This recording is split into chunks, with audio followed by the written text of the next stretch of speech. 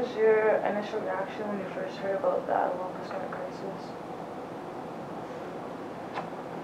Well, I've seen Ottawa Scouts throughout the country, so, and Ottawa Scout is not alone in their situation or in the conditions in which they are, in which they live. There are many, many Ottawa Scouts across the country. So I wasn't surprised. I knew about the situation.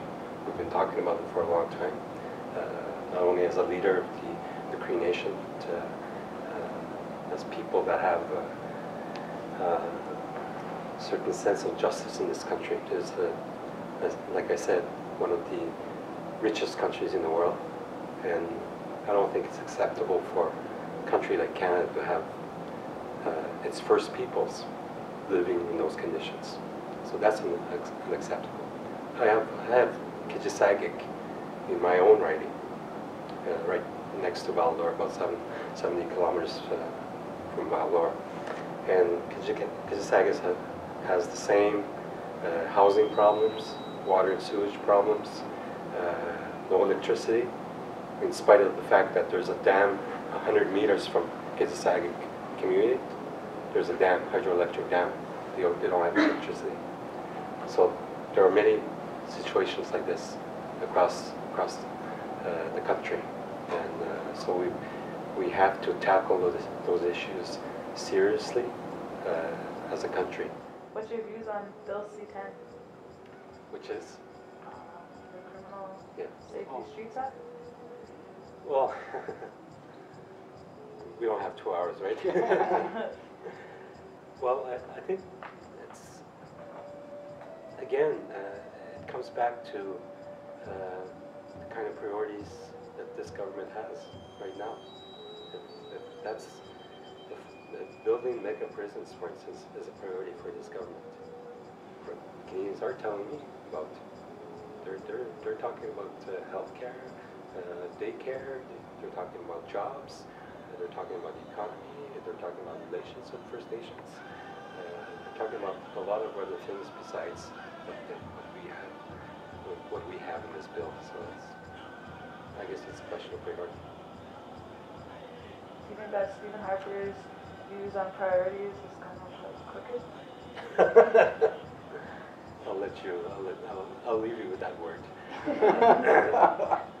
I don't agree with them. Let's just put it that way. I'm in favor, for obvious reasons.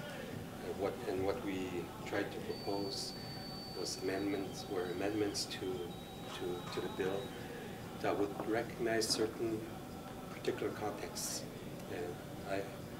And I represent a riding where there are a lot of sport hunters. I represent a riding where the Aboriginal peoples have constitutional rights to continue with their hunting, fishing, and trapping rights under a treaty. So we tried to modulate the gun registry to take into account those particular circumstances or contexts. That's what we did. But I know the concerns that people living in urban areas across the land have with guns. My good friend told me this story not too long ago, where this guy from, I won't name the city, but was separated for more than 7 years from his wife, Jeanette Desjardins. And they had been separated for 7 years. And after 7 years of separation, Jeanette asked for a divorce. And on the day they were supposed to go to the hearing for the divorce, he tracked her down with his long gun and shot her. We tried to have modifications that would take into account not only particular circumstances of the North, Aboriginal peoples and sport hunters in remote areas of this country, but also the security concerns of people living in urban areas. So that was the balanced position that we had proposed, and obviously didn't go through. The most important challenge, not only in First Nations communities, but across the country, because education is also related to the economy of a country. So therefore, we have to put priority on that.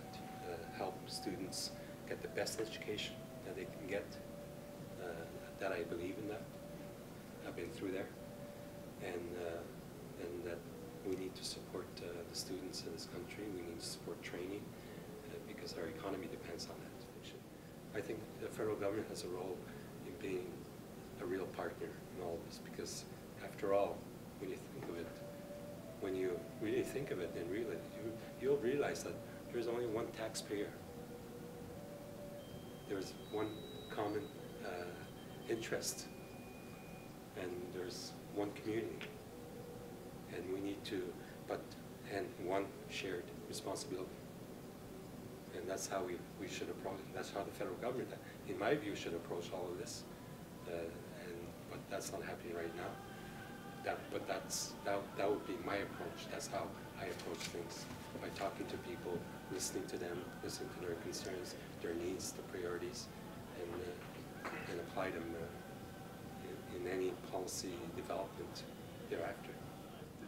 Would you have any advice on how non-Aboriginal citizens could just bypass Ottawa and reach out to First Nation communities and make it happen, make progress happen? Well, in 3.5 years, he can throw out this guy. That would be a good start. That's the difficult part. That's the challenge that we have, to keep these issues on the agenda, on the public agenda for coming years, because, you know, we talked about Kashechuan a couple of years ago, when the media started, when the media finally forgot about the issue, we forgot about it as well. We need to keep that on the public agenda. In a lot of ways, petitions. You know what moves a politician is when he gets a petition from his own writing that condemns a situation. That talks to a politician, let me tell you. It was on native cigarettes and the selling of illegal tobacco. You qualified as illegal? Well, can you tell me why? Take any frontier town in this country, along the border of the U.S. and Canada, any of them, Aboriginal or not, non-Aboriginal. They take every opportunity, people will take every opportunity they have, that they see, to do things like cigarettes or alcohol. And so it happens. It happens everywhere. So I think that's what this is all about. I've never smoked in my life. Never smoked in my life, and I mean, I think it's something that it's a health issue for me. But in another sense, I sort of understand why people are doing this. I know why people are doing this. You know, and one of the things that I also know is the fact that whether it's the cigarette industry or other industries in this country, a lot of companies, when they realize that certain Aboriginal communities are in dire need for many services, many things, they will take advantage of that. And the oil companies are doing it out west with certain communities and buying them out just to get their approval for their projects. And that's going to happen. That's going to continue to happen. So and also it's a local matter. In order to vote for the next leader of the N.D.P, you need to become a member of the N.D.P, and that before February 18th. The vote is going to be on March 24th, and you can vote. You will be able to vote online by telephone, by mail, or by being present in Toronto, March 24th. So it's $5 for students in Quebec. I think the age is 16 and over for Quebec. Some provinces 14 and over, but in Quebec it's 16 and over. So if you're unemployed, it's $5, so free, I'm not sure. It's great. You need to remember